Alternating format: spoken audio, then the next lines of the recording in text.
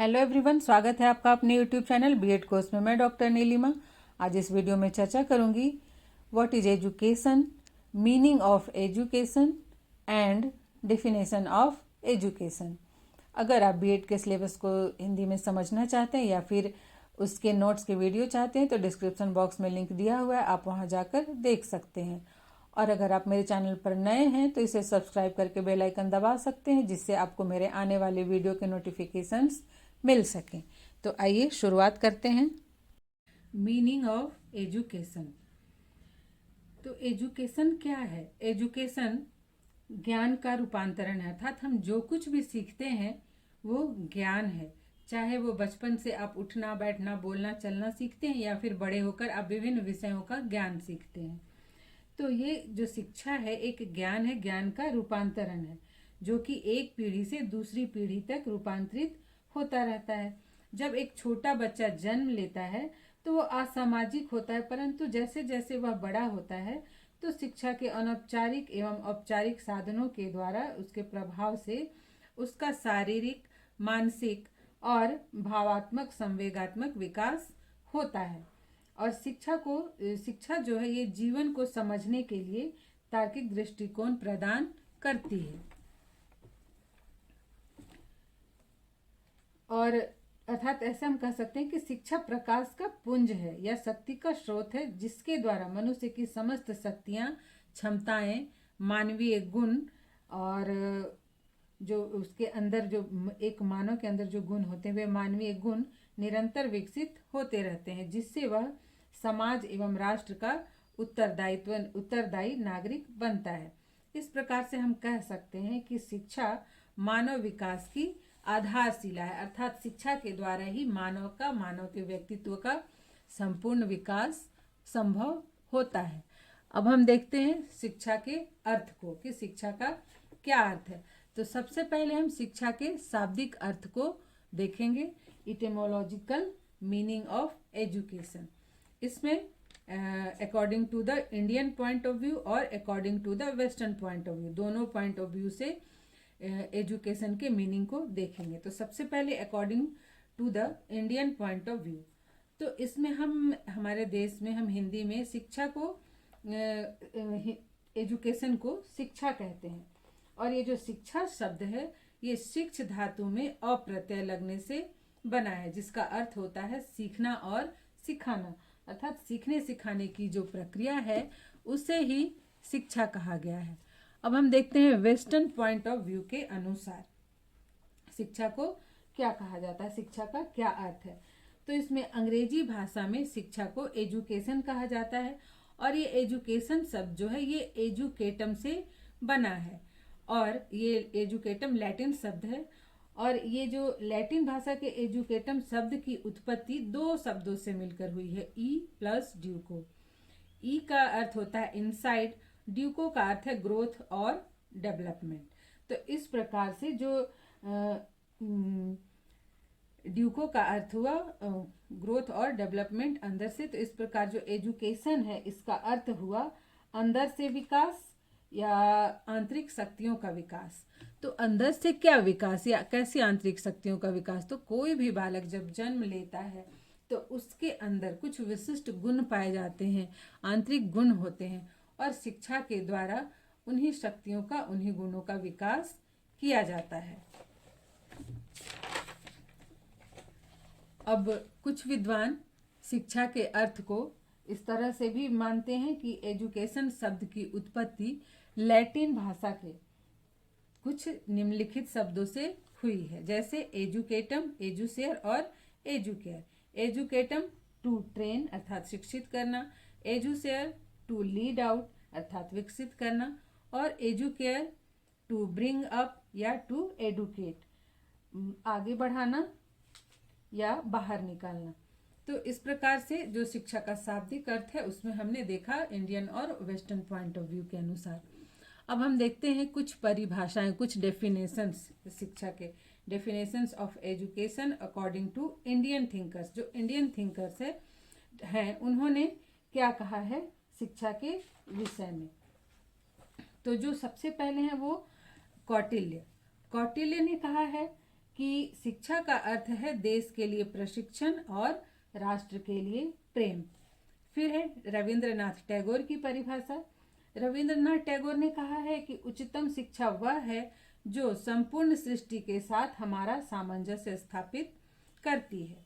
फिर हम एक परिभाषा और देख लेते हैं महात्मा गांधी जी के अनुसार, कि महात्मा गांधी ने शिक्षा के विषय में क्या कहा है। इन्होंने कहा है कि शिक्षा से मेरा अभिप्राय है बालक और मनुष्य के शरीर, मस्तिष्क और तथा आत्मा में पाए जाने वाले सर्वोत्तम गुणों का सर्वांगीण विकास। अब हम कुछ परिभाषाएं देखते हैं वेस्टर्न थिंकर्स के अनुसार, कि वेस्टर्न थिंकर्स ने शिक्षा की क्या परिभाषाएं दी हैं। इसमें सबसे जो पहली परिभाषा है वो है अरस्तु के अनुसार। अरस्तु ने कहा है कि शिक्षा स्वस्थ शरीर में स्वस्थ मस्तिष्क का विकास है। फिर पेस्टोलॉजी, उन्होंने कहा है कि शिक्षा मनुष्य की समस्त शक्तियों का स्वाभाविक, प्रगतिशील एवं विरोधहीन विकास है। अब हम देखते हैं एक परिभाषा जो कि लोज की है। इन्होंने कहा है कि शिक्षा जीवन शिक्षा है और शिक्षा ही जीवन है। फिर एक और परिभाषा है जॉन डीवी की। इनके अनुसार education is not preparation for life, education is life it self. अब हमने जो परिभाषाएं देखी तो उसके आधार पर हम कह सकते हैं कि शिक्षा विकास की प्रक्रिया है, शिक्षा जीवन भर चलने वाली प्रक्रिया है, शिक्षा से व्यक्ति का सर्वांगीण विकास होता है, इसका संबंध व्यक्ति तथा समाज दोनों से होता है और शिक्षा सतत प्रक्रिया, अर्थात शिक्षा की प्रक्रिया रुकती नहीं है, यह सतत चलती ही रहती है। अब हम शिक्षा के कुछ और अर्थ को देखते हैं।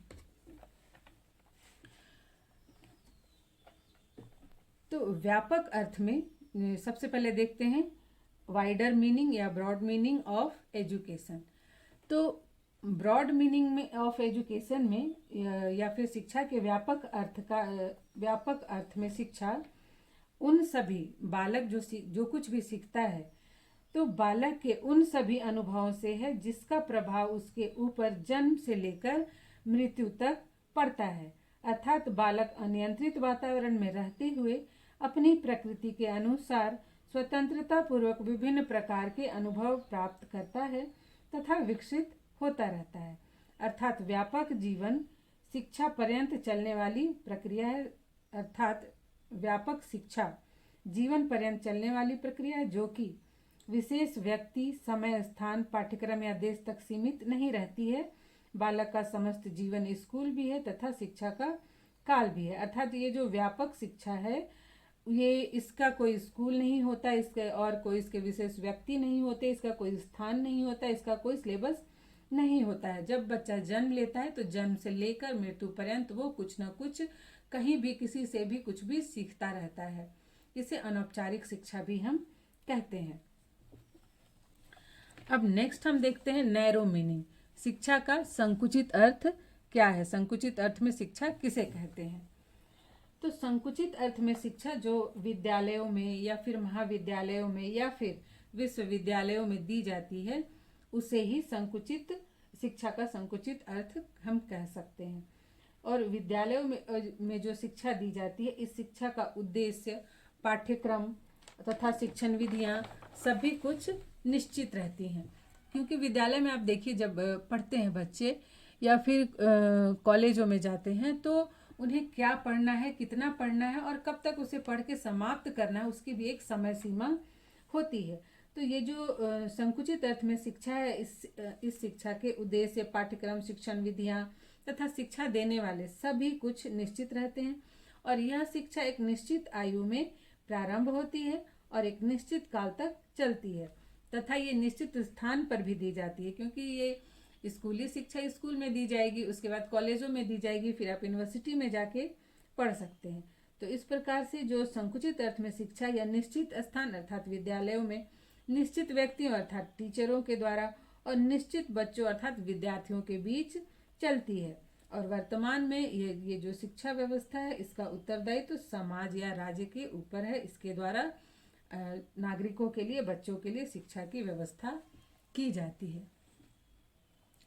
अब हम देखते हैं कि शिक्षा का वास्तविक अर्थ क्या है। हमने अभी देखा व्यापक और संकुचित अर्थ, अब हम देखेंगे कि शिक्षा का वास्तविक अर्थ क्या है। तो हमने जो देखा दोनों शिक्षा को, तो दोनों अपने आप में सही है लेकिन अधूरी हैं। संकुचित अर्थ में शिक्षा क्या है, ये परिवर्तन विरोधी है, और व्यापक अर्थ में शिक्षा आवश्यकता से अधिक उदार हो जाती है।